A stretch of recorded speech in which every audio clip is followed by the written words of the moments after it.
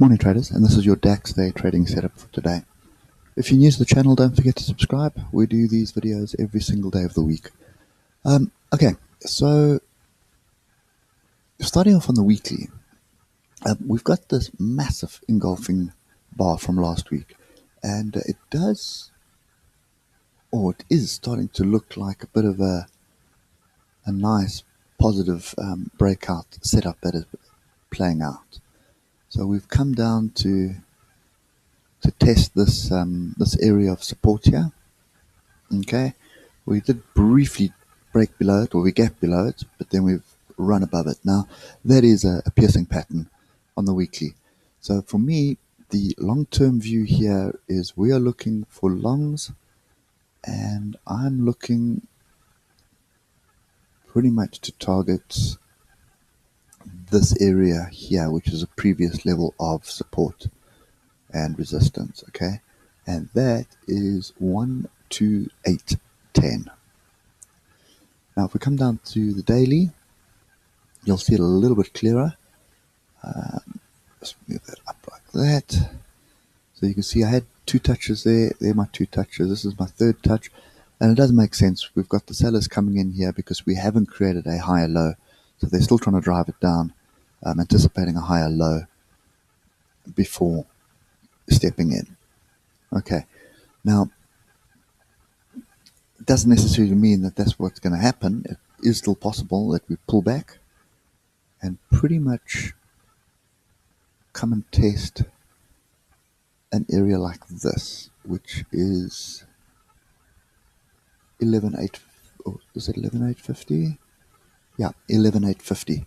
So have some kind of a pullback, 11.850, and then rally. That is a possibility. So essentially for me, I am looking for longs, not looking for longs at this level. Now there's quite a bit of structure brewing. Here's another sort of head and shoulders, shoulder, head, shoulder. So there's definitely is some structure brewing here. We are stuck between two 200 moving averages. Blue one is the 200 simple moving average, and the exponential moving average is this purple one. So oscillators also grouping the upside on the 3-hour, indicating that we may be a little bit tired. We also got a bit of diversions here. Okay, and then you've got engulfing, inside bar, inside bar. So there's three signals here for a move back down. And I think any move back down, the question is, where are we going to? Now we do have a bit of a gap here.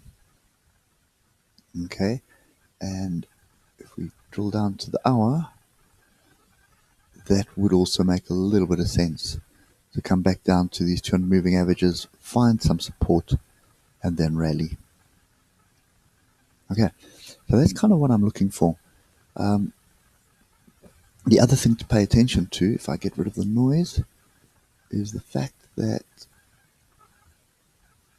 we do have a little bit of a range here. Okay, so it could be a case of us coming all the way back down to the bottom of the range, finding ourselves, and then rallying. Okay, if we do break below 11.897, then I suspect we're going to be moving all the way back down to the bottom here. Okay, but for now, this is our line in the sand. We're looking for a long entry. This is the most logical stop that we're looking for, which is 11.897. Okay, or probably 11.890 would be the safest bet. But you don't want to be getting in at this area here.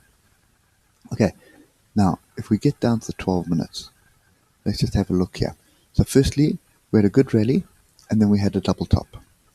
This double top has not played out. So double top is 45 points.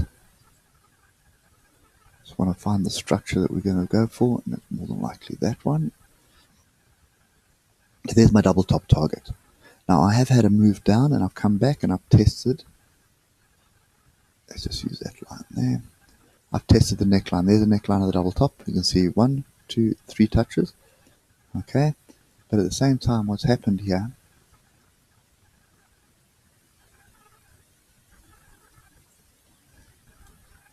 is we formed a bit of a consolidation channel.